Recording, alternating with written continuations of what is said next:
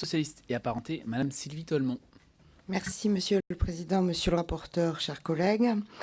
J'aimerais tout d'abord mettre l'accent au nom du groupe socialiste et apparenté sur deux dispositions du projet de loi que nous examinons ce jour en commission. Il s'agit d'une part de la régulation accordée entièrement à l'autorité de régulation des communications électroniques et des postes, l'ARCEP, et de l'égalité de traitement des titres de presse, et d'autre part de l'ouverture à la concurrence du marché de la distribution de la presse en 2023.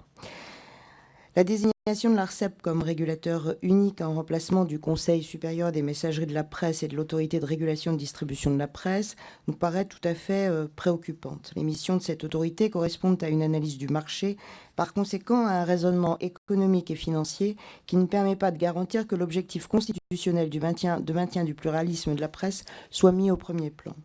Le présent projet de loi introduit par ailleurs un risque pour l'égalité de traitement entre les titres de presse. Rappelons que l'objectif de la loi Bichet de 1947, qui organise depuis plus de 70 ans la distribution de la presse écrite, était d'en garantir une diffusion libre et impartiale sur l'ensemble du territoire. Or, en attribuant l'ensemble de la régulation à une seule autorité, dont les membres sont désignés par les présidents des chambres parlementaires et par le président de la République, la distribution de la presse pourrait se retrouver entre les mains d'un pouvoir qui aurait toute latitude pour laisser ou non diffuser l'information en fonction des opinions. La distribution de la presse est une question sensible pour la liberté d'expression et a fortiori pour notre démocratie. L'encadrement permis par les amendements socialistes au Sénat des pouvoirs dont l'ARCEP disposera en matière de maintien du pluralisme, de maillage territorial amélioré et de transparence des tarifs améliore le dispositif présenté dans ce projet de loi. L'action de nos collègues socialistes au Sénat a également permis de limiter le champ d'intervention de l'autorité de régulation à la distribution groupée de la presse, ce qui garantit aux éditeurs qui s'autodistribuent, et notamment à la presse quotidienne régionale, de continuer à le faire sans que l'ARCEP puisse intervenir ou demander un droit de regard. Enfin, nous partageons les craintes des syndicats quant aux conséquences de l'ouverture du marché à la concurrence en 2023 pour le secteur de la distribution de la presse. L'ouverture des capitaux à des sociétés spécialisées dans la distribution comme la multinationale Amazon pourrait causer une casse sociale irréparable. En effet, une entreprise ayant le profit pour unique objectif aurait la possibilité de restructurer les messageries afin de couper dans les effectifs à terme.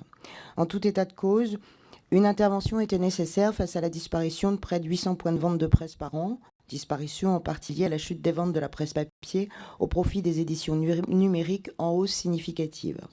Nous avons donc accueilli positivement la prise en compte du numérique et le maintien des grands principes de la loi Bichet, système coopératif, liberté de distribution et égalité de traitement.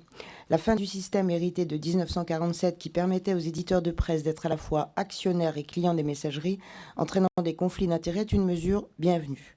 Cependant, nous pensons que la loi de modernisation du secteur de la presse adoptée en 2015, qui confirme et renforce une régulation bicéphale, est davantage satisfaisante puisque ce texte introduit une faille en ouvrant la possibilité d'une régulation aux mains du pouvoir. La menace pour l'égalité de traitement des titres de presse et le risque de casse sociale sont autant de points que nous ne pouvons soutenir. Pour finir, nous doutons que cette réforme permette de redresser les ventes et la situation des opérateurs français historiques de distribution de la presse. C'est pourquoi, à ce stade, nous avons le projet de nous abstenir sur le texte.